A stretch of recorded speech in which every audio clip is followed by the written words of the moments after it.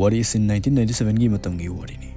Nwna hariba company asigi research tobu kangu karana hydrophone season aduna Atlantic Ocean gi kilometer lising ohum chatlaga liba Pacific Ocean gi mafam amada Samudra manungda thokpa volcanic activity gi makhol tarami. Hydrophone service Samudra manungda thokpa makhol gi abu tanaba amadi record tawnabu device amani. 1997 gi numit aduda research team aduna Samudra manungdagi yamna angakpa amadi asukmatik hauba makhol ama taba fangki. Makhol asi makhoina hek poklakpadagi amufok tadriba makhol ni aduna makhoi yamna ngakpa haibada oirami. Masigi makhol asi yamna hauba khang natna magi karigumba tonganba atai mamangda thengnakhiba amufok yaudriba makhol amsu yaurami. Aduna makhol adugi mamingsi the bloop haina mingtholami.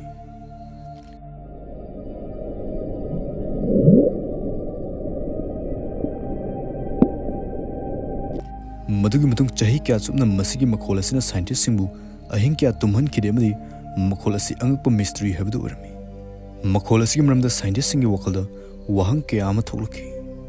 Masibu samudra manungda pangthokpa arunba military gi thawanga oiraba zala natraga achouba jahaz ki engine makhol natraga aikhoina khangdaba achouba jiba amadagi tholakpa makhol oiriba zala.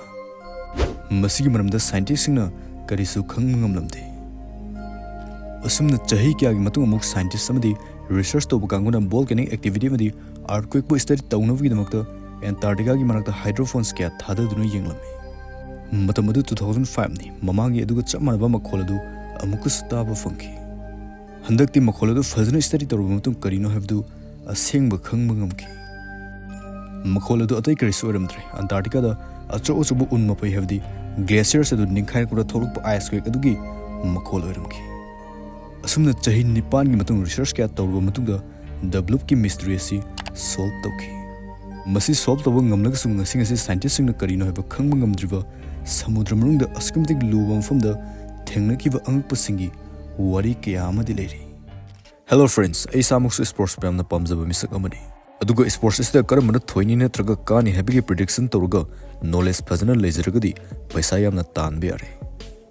Masigi damakta isu 1x bet haribi international license paraba betting gi damakta yamna nungaiba game interface support amadi withdraw tawsu yamna line yaba app amagi maramda khangminasi. 1x app asida makhal kya gi games yauri. Casino gi gaming da blackjack, roulette, baccarat amadi poker na singbusu yauri. Ai hojik masigi game asi sanaragi yung. Ai hojik 4000 thajalaga yengasi. Yes, ai hojik thoiridu. Mayam sasumna sanaba pambiragadi aigi pin comment yauriba link adu changbiraga aigi promo code call asi seasonaraga registration tobu matamda free bonus ana 1,30,000 amadi 150 free spins adongi first deposit tobu matamda fangbigani. Chahi lising kya gi mangda samudra gi rule nungda lukraba achouba city kya centuries kya gi mangda lukraba achouba jahas asina chingba yamna angakpa wari kya ama leri. Adurung ngasi gi video sadeda samudra manungda thengnakiba ngasi fawba angakpa oidun leriba thawdok kharagi maramda khangminasi.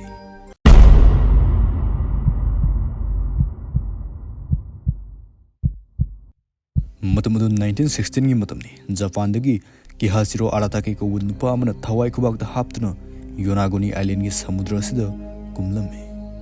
Mafum sida sak kaya layeduna mafum si yamna sathiba mafum habdu oidivani. Masi khanglatana mafum sida typhoon kya su toina torome.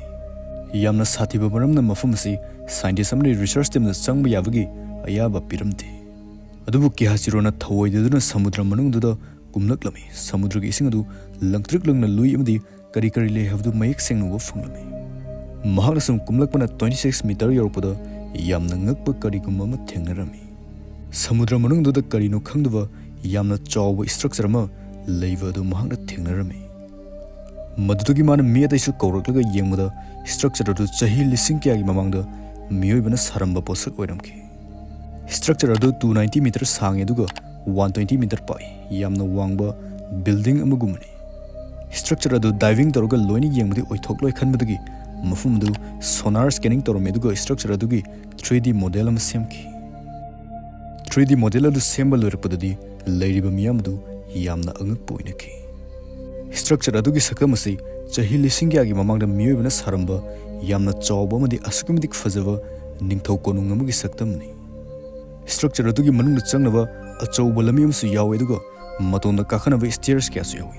structure adugi mathaka terrace amadi iruzafam pukri kya su lerami masda uribasing isina matam adugi miyosi asugumdik chawkhatpa oramgani haina thajanari aduga yamna ngaglifsi structure asi achouba nung ama khaktangdagi sema structure ni masdagi fanglakpa artifact adu carbon dating toba matamda structure asi sahi lising taragi mamangda haibdi Mesopotamia civilization matamda sakibane hena phongdokli mafum masda civilization asina khwaidagi leader civilization oidi aduga matam aduda masigi jaga se samudra mangda leibunate kangfal gilamda leiramlivani aduga matam asda aikhoigi miyobigi history da aikhoida tools amdi machine amata leibunate dubu matau kram namadi kari maramgi asuk chawkraba structure si sarivanu maduda leiram miyo singduna mafum kadai da chatkrabasanu aduga asuk chawkraba sahar asina matau kamdawna ising manungda lupkriva masigi wangsi ngasi phawa pakum phangdrba mystery ma oiduna leiri matamdu 19th century loramdai chahi 1900 ki matamni ANGKPA island gi samudra gi 55 meter lubum phum amada diver singna yamna leiraba pungtek teklaba thairigi matamgi jahas ama thengnarami masigi jahas asi ancient Greece era gi chahi lising ani gi mamangda lupkiba jahas amani jahas adu gi manungda diver singna box ama thengnarami hangtokluba matamda mamal yamnaba sanalupa marble statue thainagi pisa amadi kotling karba yot mapak amsu yorumki yot mapak du hek yengmada isamchamba posakti mande aduna madubu mari lenaba authorities na research tormi research aduna scientists amdi research timbu pumngak ngahanki yot mapak adu ancient Greece ki matamda sizinarba computer oiramki masda gear 35 yawi aduga masi yamna skill leba misakna saba posakni aduga hoji ANGKPA ma oribasi masigi computer asigi thabak asi karino amadi kari marumgi sarino haibasni kupna thizilaba matung posak asi ancient Greece da miyobasingna jahas tongduna chatpa matamda tha amari thawar misaki location khangnaba potsakni haibasi khangmungamki computer asina tungdu orkadba solar eclipse amdi tha thawar misaki location chu takpa ngammi hena phongdokli masina takli maduri ancient Greece ki miyobasingsi aikhoina khalibisdagi thoidog enongna chawkhatpa amadi advance over helefs takli scientists na phongdokpagi matungina phangliba computer asigi saruk asi masjid ama khaktani aduga atai masjid su samudra manungda soidana leiramgani hena phongdokli asumna thibagi thaba kya chathakhi adubu chahi kya changna thiraba fo phongwandabdagi thiba toklaga phangliba masjid asi hojik National Archaeological Museum da thamni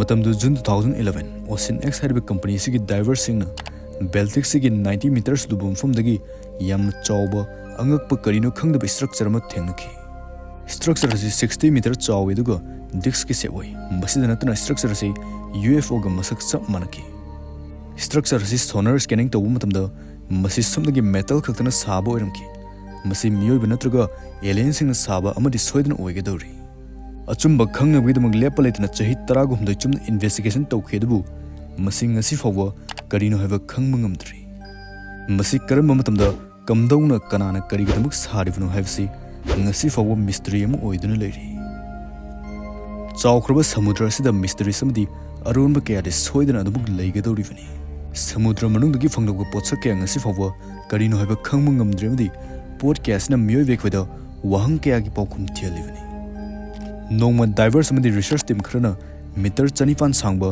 chahi lising kaya gi mamangna saramba lambi ama samudra manungda thengnakhi lambi asi Bahamas ki samudra ki 20 feet ki horaga 800 meters fo sangi lambi asi ya wonung asi rectangle shape oiduga meter 3 dagi mari fo sangi lambi asi ki mamik si scientist na bimini road ko oiduga masigi lambi asi kadai dano khangda bomfam mada chatle duga khangtat tatki lambi si ki lorpata city natraga structure kuma amat laite kanaguma kharana masi natural rock formation oigni hairi dubu kharana di lambi asi ancient Greece ki ningthongna chahi lising kya yongna saramba khwaidagi mystery oriba sahar Atlantis asida chanaba saramba oigini hena phongdokli adubu masi karigi saribun amadi lambi si hana laikangda leirambra haifsi ngasi fawba khangmangamdri video si ki part 2 pambiragadi comment da soidana haibiramu adugu video si nungai hena khalagadi like madi share soidana tawbiramu